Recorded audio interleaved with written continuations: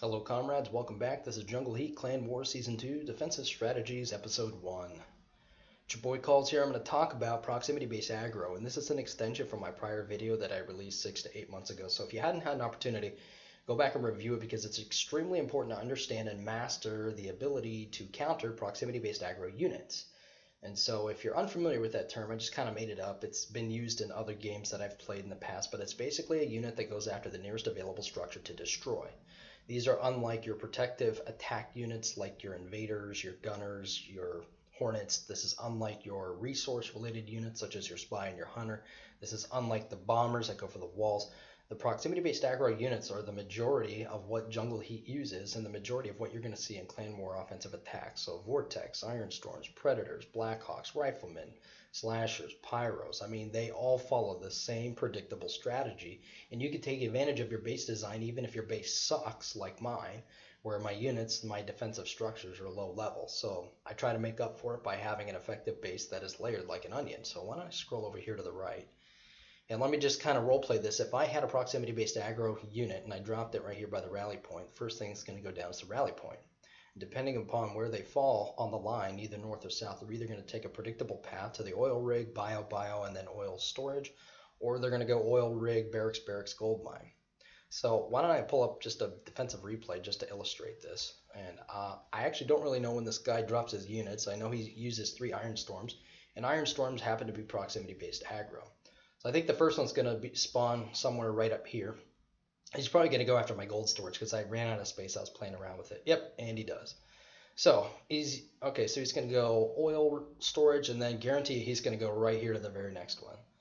So, and then a second one's actually going to be deployed predictably right here because he's going after resources. This guy doesn't really care to destroy my base, and that's okay. But what I'm trying to illustrate is the fact that we can predict where these guys are going to go, and we can set up our base to take advantage of that. So, at any rate, he's going to continue on his merry way, and he's going to go and try and clean house on the exterior part of my base to try and get into layer 2, and he's exterminated. So let's go back to the base. One of the most common things I notice with people that try to create a base that takes advantage of proximity based aggro to make them go around the exterior is they don't put enough space between layer 1 right here and layer 2. And let me tell you why that's extremely important. In the replay, you probably noticed that the Iron Storms came under fire. This bunker aggro, the guy airstruck the Pyros. He wasn't interested about trying to take advantage of the Pyros and having the Iron Storm attack them, because at that point, suppose the Iron Storm killed the Pyros right here on my Silver Monument, there is a possibility that in recalibrating the next unit to attack, that the Iron Storm might have opted to go towards the bunker instead of resume the predictable path course on towards the gold mine. Which brings me to my next point. You need to put enough space between layer 1 and layer 2 because sometimes your heroes create problems where they distract an enemy that is following the predictable path, and in engaging the enemy, they end up getting killed, and the enemy now goes into layer 2 instead of layer 1. So if you're going to do a base that employs this kind of proximity-based aggro to take advantage of those units that are going to follow this predictable path, you always have to ensure that you put enough space between layer 1 and layer 2. Not so much between layer 2 and layer 3 at that point, because when you get into this juicy caramel center, your strategy is totally different. Okay, layer 1 is just cannon fodder to keep the enemy preoccupied. Layer 2 is going to be doing the majority of your damage and shredding apart the units that are attacking your base. Now, layer 3 is more keen on health. You want high HP units because you have some of your key essential structures that are putting out a tremendous amount of damage, and that includes your spiders, which I have mine set to freeze rounds to slow progression, especially against Vortex. It's highly effective.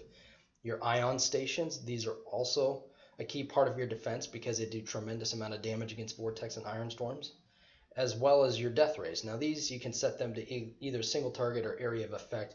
Doesn't really matter because they have high HP, 5250, but you basically want to slow them down so that they can't get into the command center and take it down. So your strategy in the middle is stack a bunch of high HP units and maybe put some special bunkers in here if you have them.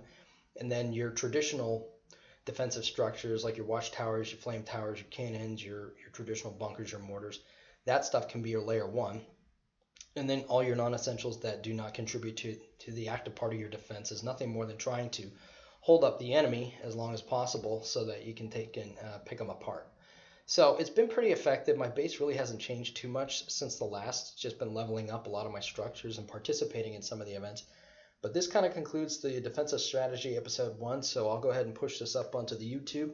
If you guys have any comments or suggestions or feedback, go ahead and hit me up.